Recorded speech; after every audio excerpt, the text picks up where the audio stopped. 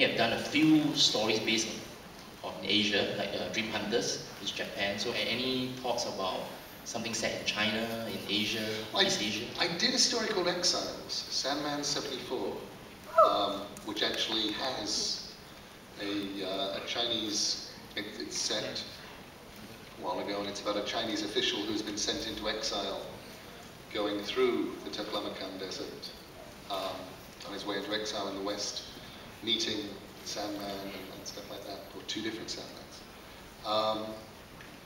And it was very strange for me suddenly finding myself in places that I'd written about back then, and going, oh my gosh, it actually does look like I thought it would look. The shifting sands outside Dunhuang, I wrote about it. So, but would I do more fiction set in China? Yeah, I think I probably will.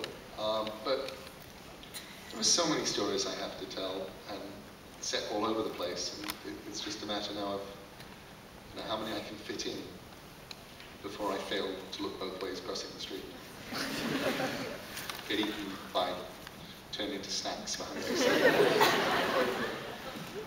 Okay, like I said, I think I will really leave the questions to the floor, but I have one last question which I want to ask. What's with the bees? What's with the bees? The whole beekeeping thing started in my head about 16 years ago, when I said to my assistant Lorraine, wouldn't it be great to have some bees? And she said no. And I said, why not? She said, because I am terrified of bees. I have a pathological fear of bees. I'm absolutely scared of bees. And I know you. You wind up traveling places. Somebody calls, you disappear off, you're making a movie, you're writing a book here, and all I know about a world in which you would be beekeeping is that I would have to look after the bees, and they would kill me. So I said, okay, well then I won't keep bees. But it was this weird little sort of thing that I thought would be wonderful. And then about 4 years ago, there was a lot of press around America and the UK about colony collapse disorder in bees, beehives disappearing, bees dying mysteriously. And I remember thinking, well, I should do my part for the planet. I could keep bees. That would just help. And I really want to keep bees. And there is a lady named Sharon Steitler, who is a very leading blogger. Her blog is birdchick.com.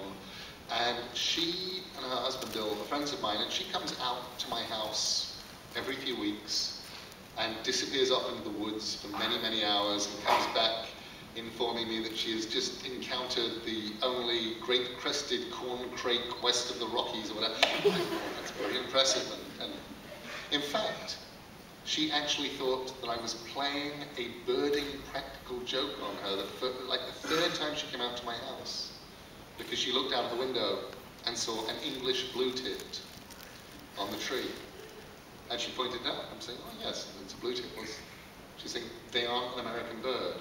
How did you do this? As if I had a supply of blue-tit, being English, and I just come over with my pockets stuffed with small English birds. And then she had to report it as being the first sighting, and it turns out there's probably a mysterious mad birding person somewhere in the area of Chicago who breeds English birds and lets them go just to confuse bird watchers. Anyway, so Sharon and I were talking, and Bill, her husband, and my assistant Lorraine were up, and I was saying, oh, look, colony collapse, I've always wanted to keep bees. And she said, oh my God, I've always wanted to keep bees, but we can't do it because we're in the city, and we just have a little apartment. And her husband Bill's going, and because we die. And somehow by the end of that conversation, it was agreed that Sharon would go on a beekeeping course and become a lead beekeeper, and I would pay for everything and become junior beekeeper. So that was and I had the land. So, and of course, Bill and Lorraine were convinced that this was just a very, very weird suicide pact on behalf, respectively, of their boss and wife. The problem was the day the bees actually arrived, I had to go off and do a signing because the bees arrived a week late. which meant that Lorraine and Sharon had to put them in. And so they did, and by the end of it, Lorraine had some kind of strange, spiritual, mystical experience, one of these life-changing experiences that you come out of a better person. As she put the bees into the hive, faced and conquered all of her childhood fears of bees, and discovered that this was magical, and oh my God, it is eating honey from my finger, and now I am one with the bees. So I came back to this world in which Lorraine is just like, oh, yes, bees in the hive is the most awesome mystical experience I've ever had. You have been denied this experience.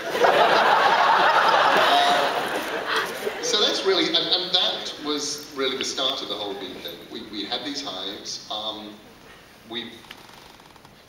Really just for a joke, our first year, we entered our honey into the county fair under Lorraine's name, and it probably got a blue ribbon. So this year we thought that must have been coincidence. So this year we entered honey and a comb into the county fair and got the blue ribbon again. A blue ribbon is like number one. And I don't know what it says about me, but I was, in terms of awards this year, Newbery Medal was probably the most thrilling to get. Hugo was the next. Then comes Blue Ribbon for Honey. And then comes like a dozen other literary awards. So, you know, yesterday I learned that Fragile Things had just won the leading French, as in translation as Les Choses Fragiles, as the leading French book in translation, short stories. I won the prize Utopial Blue Ribbon Honey, basically.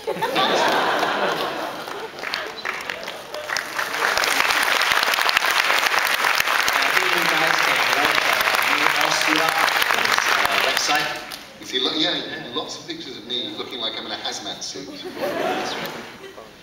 Okay, let's get down to you guys. I'll try to get questions from this side, and of course, not to neglect the upper level, but you need to wave frantically. We probably need the house lights up just a bit, because right now, you are a sea of blackness, illuminated only by occasional flash photography. Oh my God, there's a lot of you. Okay, we will have one over there. Is it possible to get the mic?